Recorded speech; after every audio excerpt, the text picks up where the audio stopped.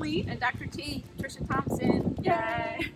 So we're on our weekly walk where we get together and I either drive to Patricia's house or she comes to mine, and then we walk somewhere near our house. And today we're in Plano and it's just gorgeous. Today I wanted to bring up an idea about tribe, and it's more like being with like-minded people, because I see that a lot where there's a new, like within the wellness community, and they say, oh, find your tribe, be with your tribe. If you're with other people that are like you, it will make you a better person, and it helps you to love yourself.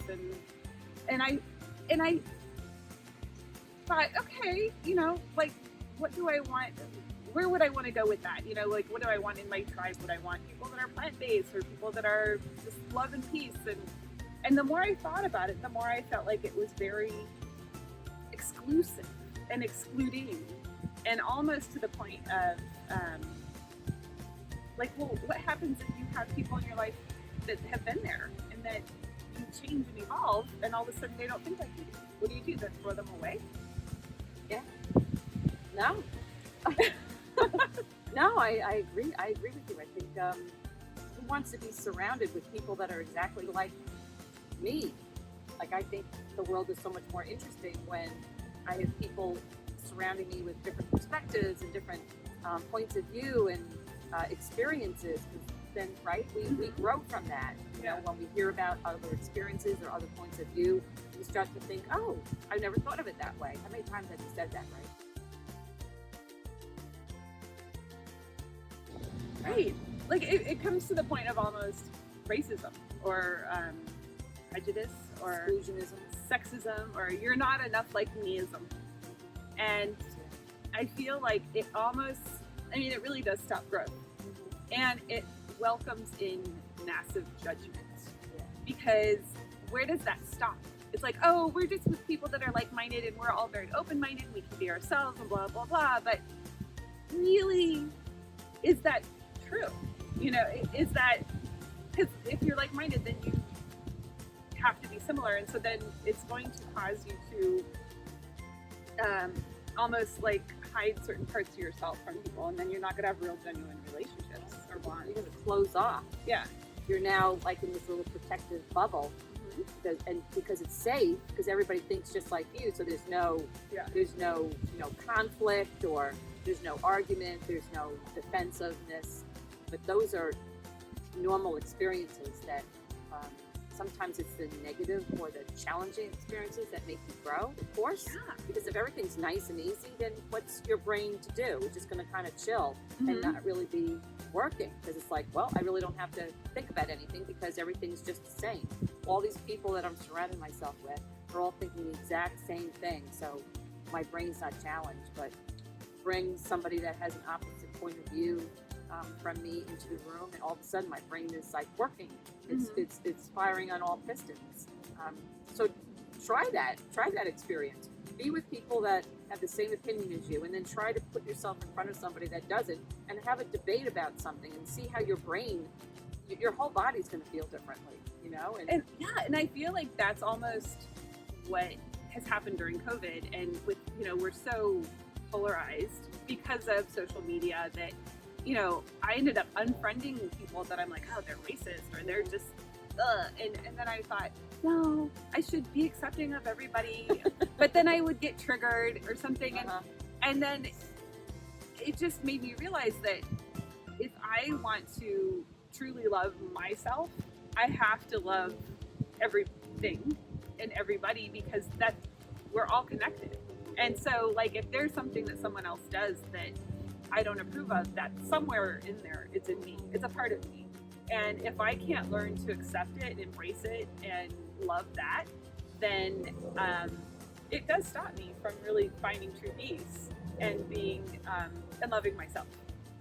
And it's like all those, like negative emotions, fear and anger and judgment and shame and blame, they're there for a reason. And I think it's something that we can't just hide from, and we can't pretend like doesn't exist.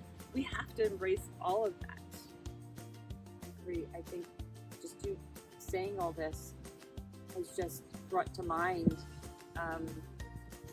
some some antagonism that's going on in my expanded family, and now I'm thinking, why was I thinking that? And sometimes you make those decisions out of anger or fear or whatever, that I'm not going to listen to that person anymore, I'm not going to talk to that person anymore, I don't like what they're saying.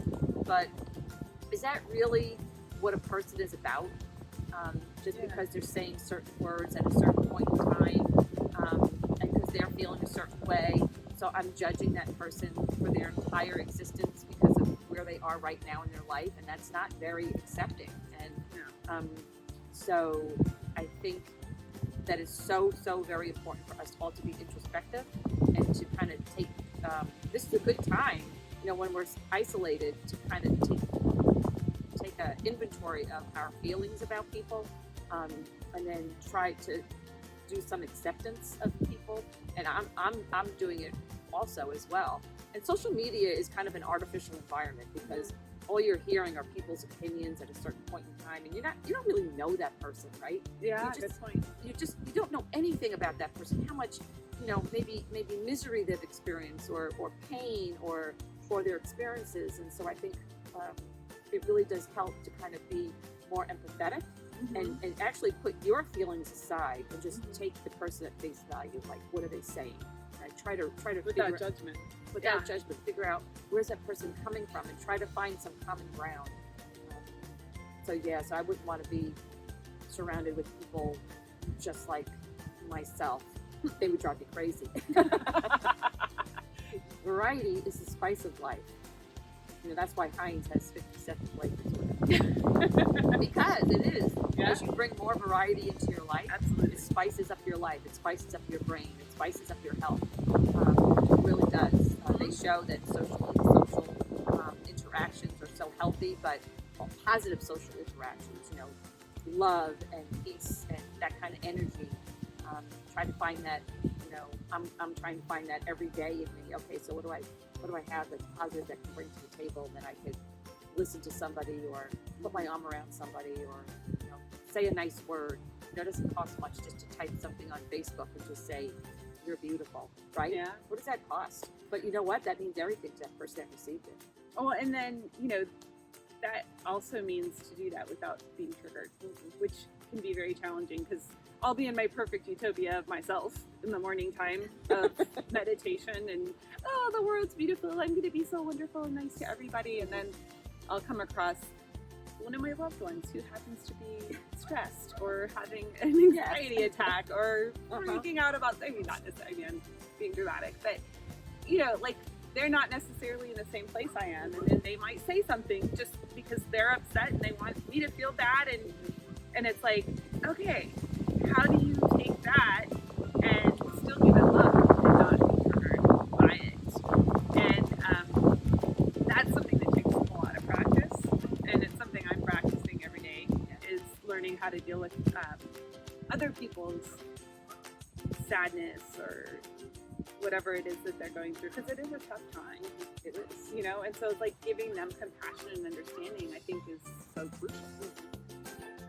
And even being with a tribe of what you think are like-minded people, or like you, there's also subsets in there. So, you can keep getting smaller and smaller and smaller until you end up with you. Like, that's the only one that you could bear being with, because you've built up this intolerance to other people's habits or comments or beliefs or whatever. So what is the perfect tribe? The perfect tribe is the world. That's the globe should be the perfect tribe.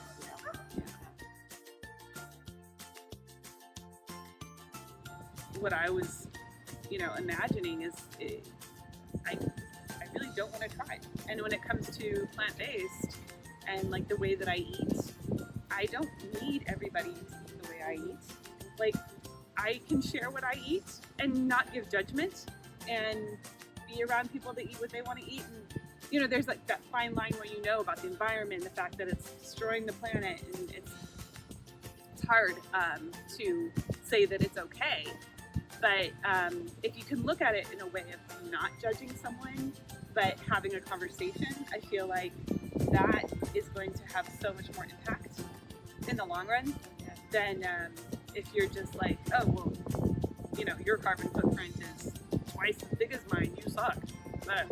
they're not going to want to ever talk to you again. You know, you could stop at their carbon footprint is twice as much. That's it. That's just a fact of information, and they suck is the judgment. So if you can get rid of that piece and just say, oh, so they eat meat. That's it. That's all you have to think in your head. Oh, they eat meat. Okay. Because I did. Yeah, me too. I mean, I ate meat just like the rest of them. I was on the Atkins diet, and that was just brutal. It was brutal for me because I never really liked meat to begin with. Right. And it was all about meat, and I was just like, I can't keep doing this. And I remember my brother, like, he just kept looking at me like I was crazy. Like, what are you doing?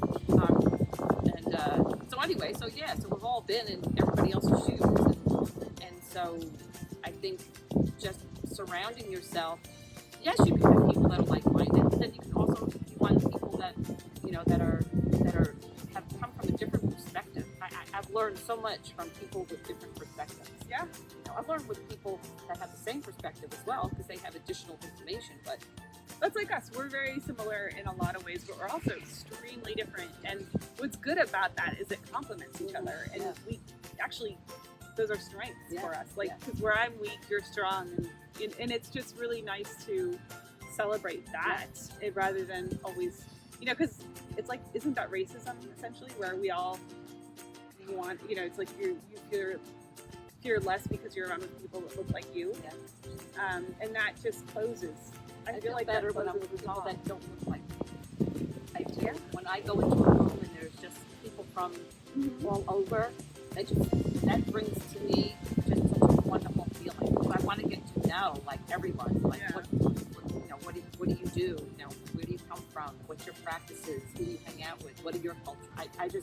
I want to know. Like and I know that's not usual because it does because that's racism comes from fear. Because you don't know what that other person is about. Yeah. And so then you put up that protective barrier and go, oh, they're bad. Because, and that protects you from that. And I think a lot of people do that plant-based as well. If you're in a room with people that are, mostly, they just eat whatever they want to eat. There's that judgment of people that are trying to eat healthy. I find that a lot where people are judging you, and so the reverse can happen too, where you're in a room for plant-based people, and then there's one meat eater, and you're like, oh. So we have to erase all that, and that can then transfer onto yourself because anytime you notice that you're judging someone else, you know that that's coming back at you, right? And it's definitely coming back at you probably 10 times as strong, and you're never gonna have real peace, and it's like. So what if you had a piece of your kid's Halloween candy? Yes. And what if it wasn't vegan? You know what? Like that, there are vegan police out there that could just, shut you down and make you feel really bad. But you can never be 100% vegan if you drive a car or you walk on the sidewalk. It's impossible. But so like my terminology or methodology is just causing the least amount of harm possible, but I do cause harm, and I'm not gonna beat myself up over it all the time. Well, you have to live. Yeah, you have to live, and we're all trying to do the best we can. But like ultimately, so my tribe is pretty much everybody. I've decided that I don't even know if it's just humanity. I would say it goes beyond that. I'd say it would be the planet and the animals too. And so that's my focus. It's just embracing all of that. Yeah, it was a good chat. All right. Bye, guys. Bye. Love you.